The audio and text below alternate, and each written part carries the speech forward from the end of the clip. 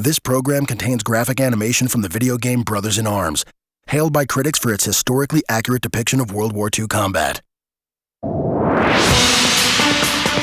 It was well after midnight, June 6, 1944, when nearly 18,000 Allied paratroopers dropped from the skies over Normandy. All I saw was tracers. I felt that every gun in Normandy was shooting at me.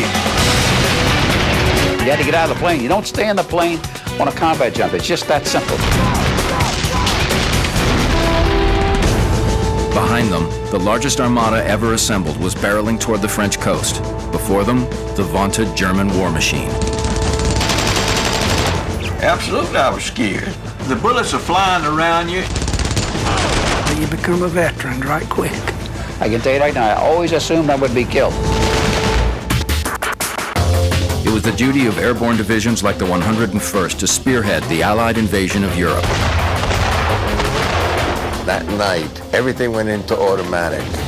Training is learn to survive, and that's what you do, any way you can. Over the next hour, you'll visit the historical locations, hear eyewitness accounts, and experience America's original paratroopers brought to life through state-of-the-art graphic animation. These brave men were the tip of the bayonet that drove the German army back to Berlin. In this show, we'll place you at the tip of that bayonet with the 101st most decorated regiment of the Normandy invasion. They were called the 50 Deuce, and this is their story.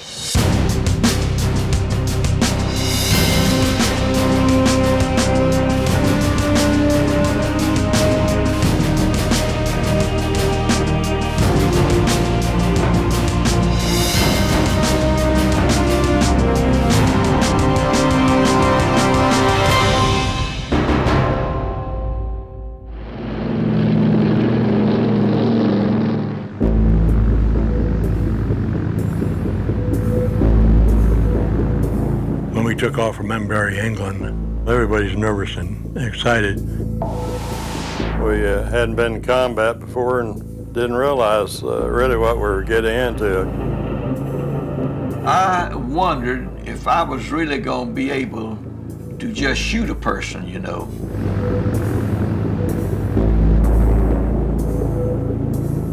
I always thought I'd be killed. I can tell you that right now. I always assumed I would be killed. We had no idea how it was going to be, and we didn't care. We felt we were so well trained that, hey, we're the best.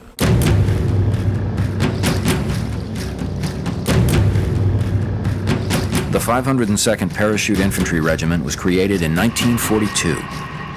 At the time, the use of airborne forces was still a novel concept.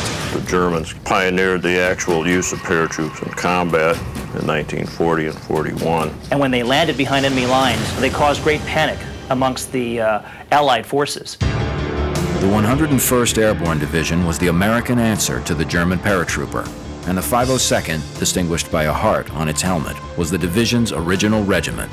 There was a tremendous appeal to being a paratrooper, and being a 502 was even a bigger appeal. It was a challenge, you see. It was something that had never been done before, and so you wanted to get into it and be a part of it. Of course, the pay entered into it because it was $50 a month. $50 a month was quite a lot of money. The training was actually different from the rest of the Army because the training was more rugged. We were up at 5:30 in the morning, and they would take you out and tell you, now pour the water out of your canteen. You can't have any water to drink. This is going to be a forced march. I thought I was a tough guy, but they break you down physically in parachute school. The training had to be tough, because these were the men who would lead the invasion into France from behind German lines. The Germans had met defeat in 1943 on the Russian front, but still all of Europe was pretty much under German control. The Allies knew that they had to launch an invasion of France if they were ever to get at Germany. As the men of the 502nd made their way across the English Channel, some were able to look down and catch a glimpse of the armada below, all down below. Unbelievable. Nobody will ever see that again. Some 6,000 ships, all headed for the coast of France. And to say you were nervous would be to understate it considerably. Most of the men were quiet. They'd crack a joke every now and then. Some guys slept. The smoke is smoked. By the time we were told to stand up and hook up, then it became serious.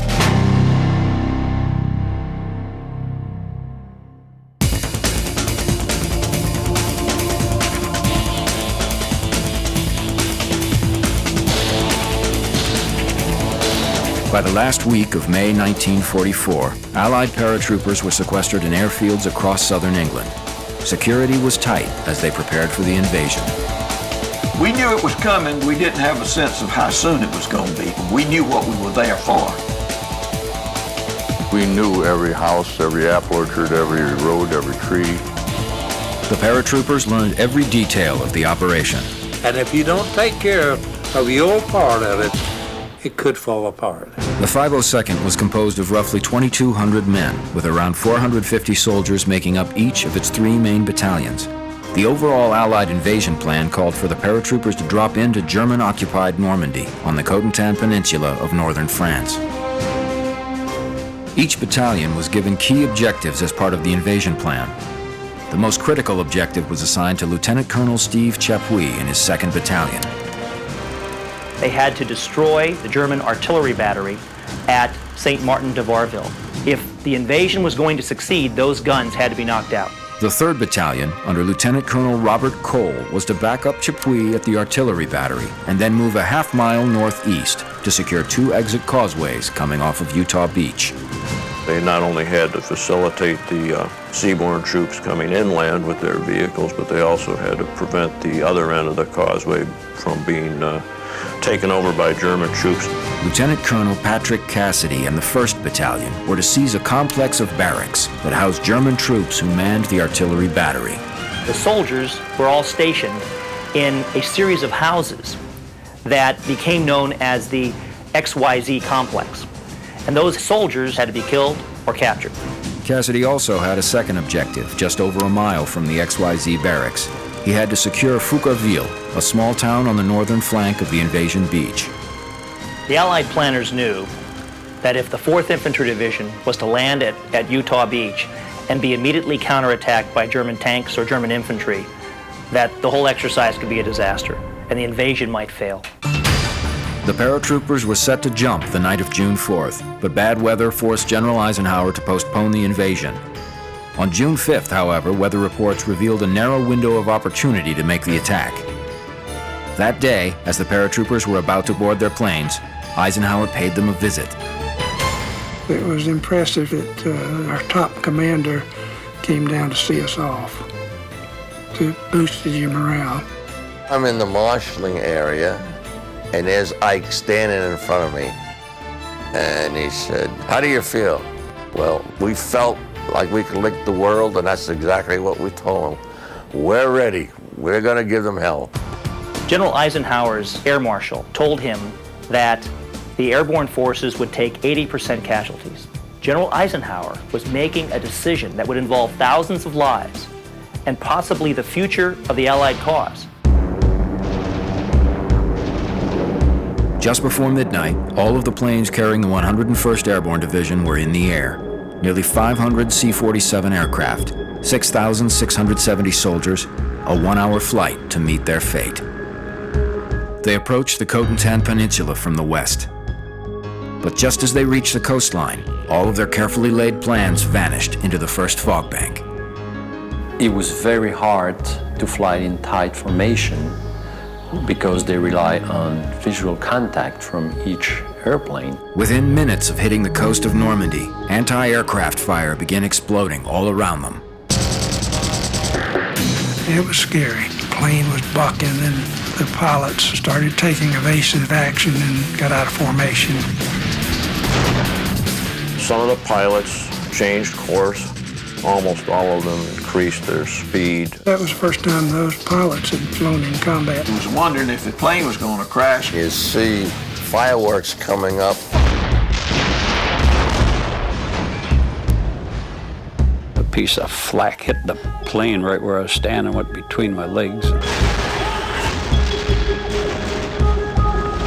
the hell out of here! And all I do is kept hollering and using a few choice words to get out of the plane, get out of the plane.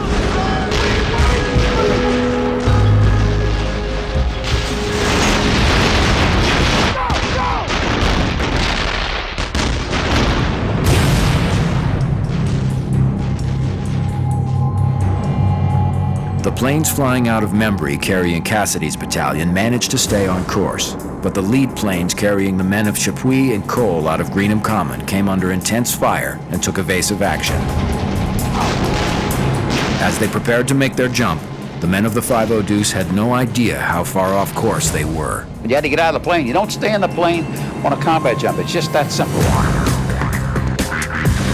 All I saw was tracers. I didn't see a single person in the air, and I felt that every gun in Normandy was shooting at me. Thousands upon thousands of paratroopers descended on the Normandy countryside that night, German fire lighting up the skies all around them.